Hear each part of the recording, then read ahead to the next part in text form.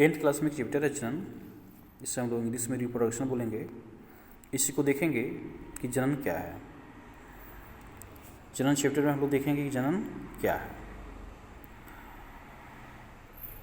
तो यहाँ से हम लोग देखें तो जनन एक जैविक प्रक्रिया है जिसमें जीव, यहाँ पे जीव लिखा हुआ है, जिसमें जीव अपनी जनसंख्या में वृद्धि करते हैं। अर्थात जनन एक जैविक प्रक्रिया है, अर्थात जीवों में होने वाली एक प्रक्रिया है जिसमें जीव अपनी जनसंख्या में वृद्धि करते हैं। या फिर इसे बोल सकते हैं कि यह एक प्रक्रिया है जिसमें जनक अपने जैसे संतति पैदा करते हैं।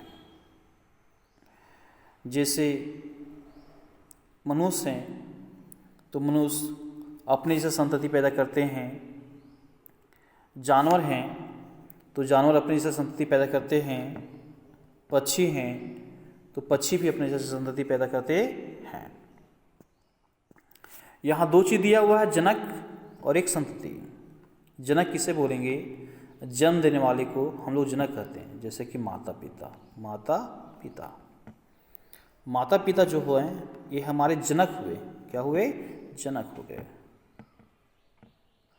और जो संतति है, संतति क्या है? जिसका जन्म होता है, अर्थात जिसे माता पिता जन्म देते हैं वो हम कहलाएंगे संतति। क्या कहलाएंगे? संतति कहलाएंगे। उसके बाद हम लोग देखते हैं जनन के प्रकार। तो जनन मुख्यतः दो प्रकार का होता है, पहला अलैंगिक जनन और दूसरा लैंगिक जनन। अलैंगिक जनन में क्या होता है? तो इसमें दो जनक की आवश्यकता नहीं होती है। और लैंगिक जनन में क्या है? तो इसमें दो जनक की आवश्यकता होती है। इसमें से पहला होता है नर और दूसरा होता है मादा। उसके बाद हम लोग देखेंगे अलैंगिक जनन के प्रकार। तो अलैंगिक जनन जो होता है वो मुख्यतः बुक में 5 प्रकार के दिए हुए हैं। पहला आता है अलैंगिक जनन में विखंडन। क्या आता है? विखंडन दो तरह के होते हैं, द्विखंडन और बहुखंडन। अगला है मुकुलन, तीसरा है अपखंडन या पुनर्जनन, चौथा है बीजाणुजनन और पांचवा है पौधों में कायिक परिवर्तन। अब हम लोग देखते हैं विखंडन क्या है। तो इसमें जनक दो या दो से अधिक संतति का निर्माण करते हैं। यह दो प्रकार का होता है, द्विखंडन और बहुखंडन। विखंडन में जनक जो होते हैं, एक जनक मान लेते हैं, वो दो संतति का निर्माण करते हैं। कितने संतति का निर्माण करते हैं? 2 संतति का निर्माण करते हैं। ये कहलाएगा विखंडन। ये कहलाएगा विखंडन। अब विखंडन भी दो प्रकार का होता है, द्विखंडन और बहुखंडन। द्विखंडन क्या है? तो इसमें एक जनक जो होता है यह विखंडित होकर के 2 संतति का निर्माण करता है। इसमें जो जनक होता है विखंडित होकर के ये आपका हो गया जनक और ये हो गया संतति। तो आप देख सकते हैं यहाँ पर 2 संतति है। कितने संतति हैं? 2 संतति है। तो द्विखंडन में एक जनक विखंडित होकर के 2 संतति का निर्माण करते हैं। उसके बाद है द्विखंडन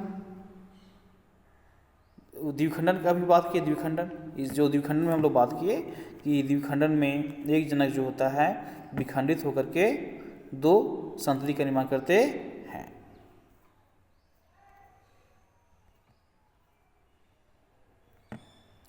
नेक्स्ट पेज पे हम लोग देखें, या बोल सकते हैं कि द्विखंडन एक प्रकार का लैंगिक जनन है जिसमें एक कोशिकीय जीव आप जान रहे हैं। एक कोशिकीय जीव किसे कहेंगे? एक कोशिकीय जीव किसे कहा जाता है? तो एक कोशिकीय जीव हम लोग उस जीव को कहते हैं जिसका निर्माण एकल कोशिका से होता है।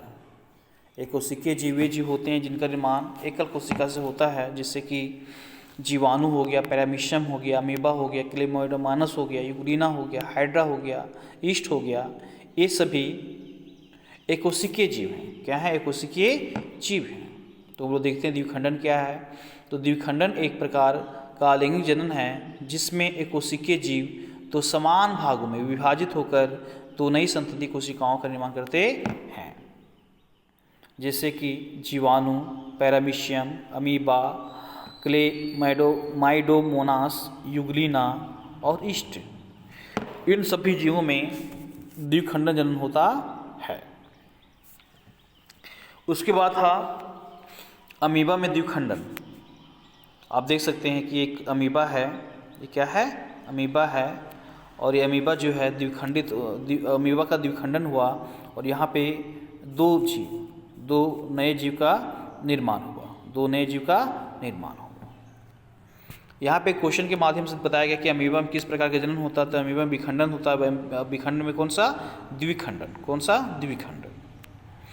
आगे है बहुविभाजन या फिर बहुखंडन, मल्टीपल फिजन।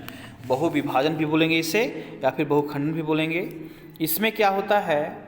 तो इसमें एकल जीव होता है, वो विभाजित होकर के बहुत सारे संतति का निर्माण करता है।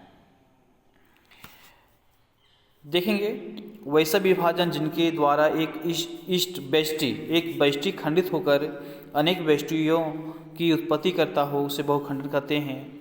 या फिर बोल सकते हैं कि यह एक प्रकार का अलैंगिक जनन है जिसमें एक कोशिका कई संतति कोशिका का, इकाई लिख दिया, कई, यहाँ पे कई होगा,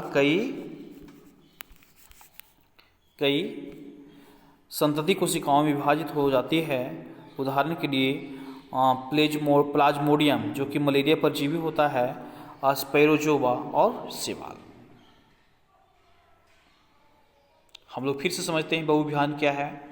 तो वैसा विभाजन जिनके द्वारा एक व्यष्टि खंडित होकर, व्यष्टि इस प्रकार से लिखा गया है, व्यष्टि,